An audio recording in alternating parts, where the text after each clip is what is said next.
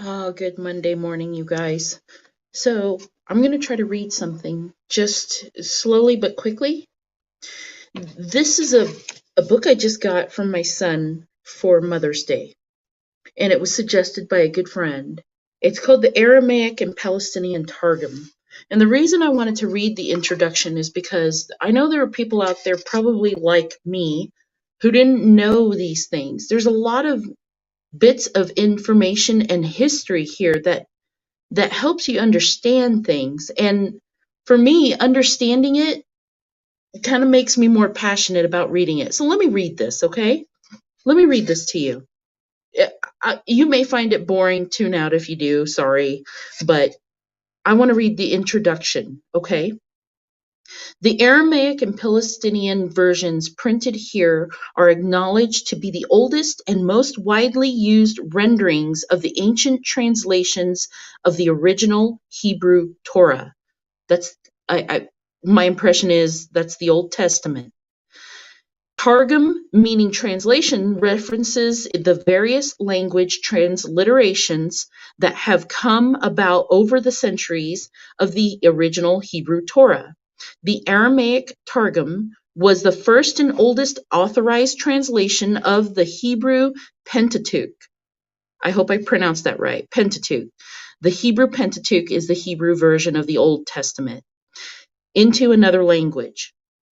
Though Wikipedia dates the oldest text to the 1st century CE, which is Common Era, which is their kind of way of saying before Christ, without having to reference Christ, by the way. I don't mean to say that dryly, but I think it's silly. Christ, Christian Era, Common Era.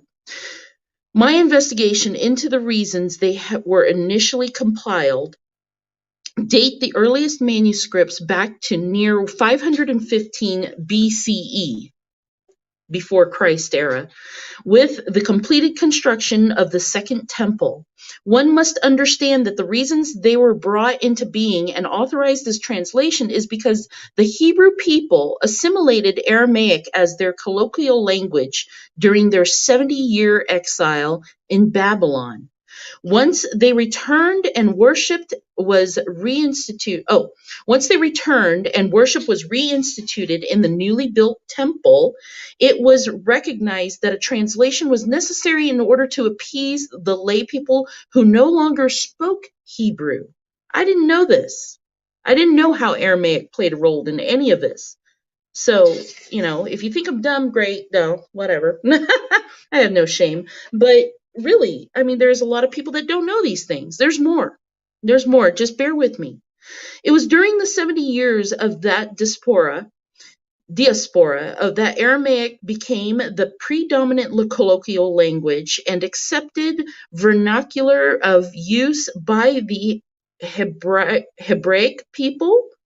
During these 70 years of assimilation, the Israelites' use of Hebrew was lexicon dwindled from being the primary dialect of every conversation to being one of mostly scholastic application utilized intellectually by the priestly class.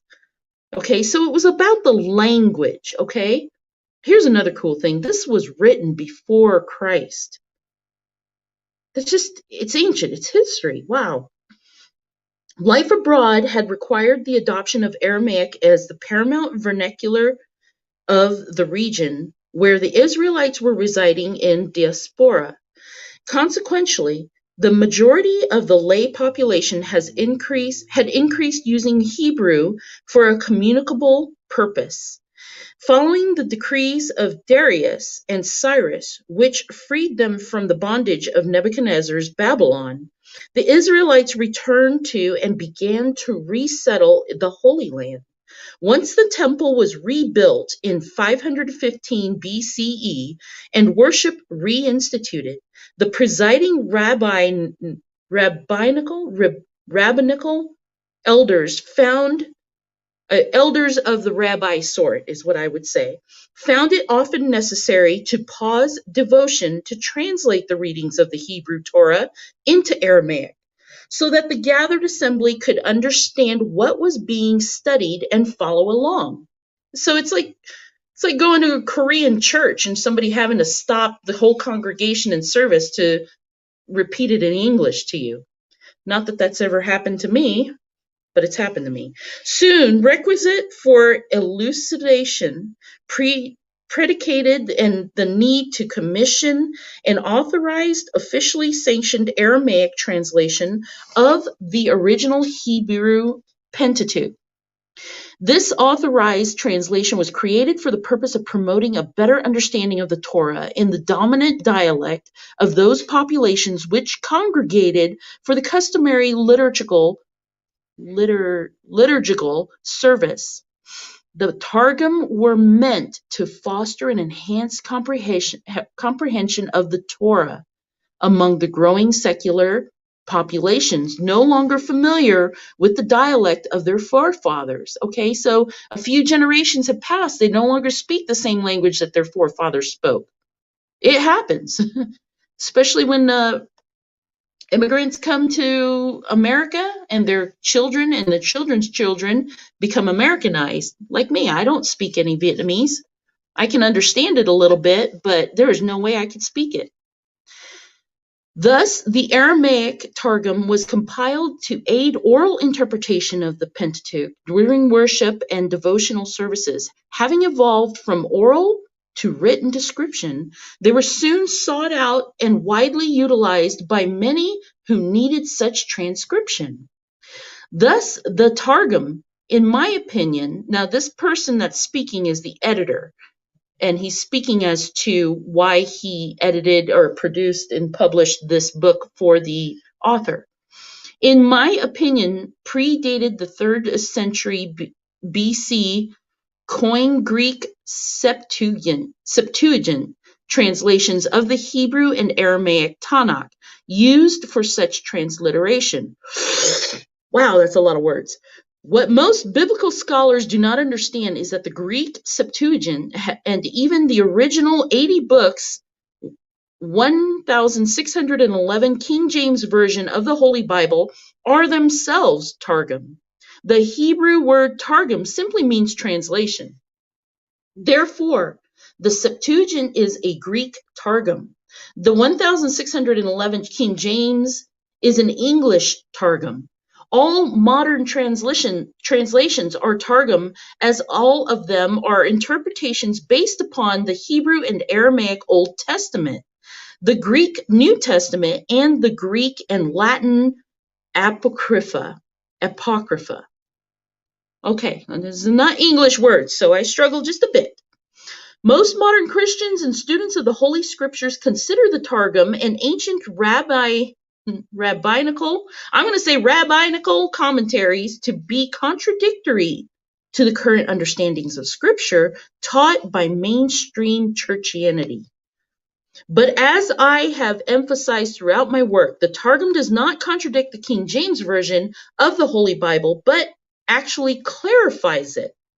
The only real difference between the Aramaic Targum, Greek Septuagint, and the King James and other English renditions are that the Aramaic Targum predate the Septuagint by possibly 200 years, and the King James by 2,000 years, and were the version used by the Hebrew people themselves once the Holy Temple was rebuilt and worship reinstituted. Now, here's a really cool thought. That means that this version was what Jesus read. A friend told me that, and it blew my mind. I'm going to wrap this up because excuse me, I've got food coming. So, thus it was necessary after the rebuilding of the temple to authorize translation, Targum, of the Pentateuch from Hebrew into a dominant colloquial language of that time, which was Aramaic.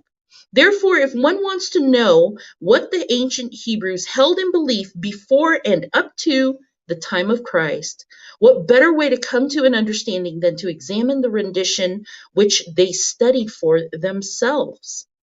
I'm going to stop it right there because, there's like another page and a half, 3 pages of this introduction, but the Aramaic and Palestinian Targum.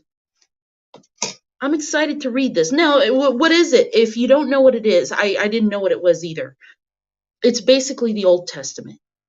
It's the Old Testament as it was written in the days when Christ would have read it. The Hebrew version. I haven't even read but the first chapter of Genesis in it. Basically, it's Genesis, and very interesting. So I just wanted to introduce this book because I'm excited about it, you guys. I mean, I did not learn this stuff. And when I heard people who knew about this stuff, people who understood this and talked about it, and they knew, I was like, how do these people know this history? Because they read these books. They read into these things.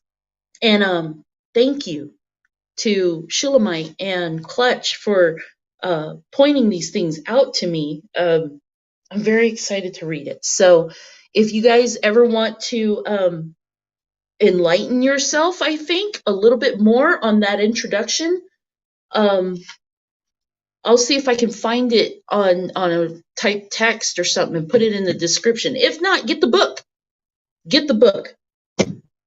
There's nothing like grabbing a book with solid pages and flipping through real paper pages and reading it, because it's not the same as reading it on your phone. So that's enough babble from me. I'm going to start my morning. It's almost 8 o'clock. Time to clock in, start the day. And thanks, you guys, for listening. I'm excited about this. I'm going to read a few more pages before I clock in. So love you guys. I hope y'all are loving each other as always, and stay freaking salty.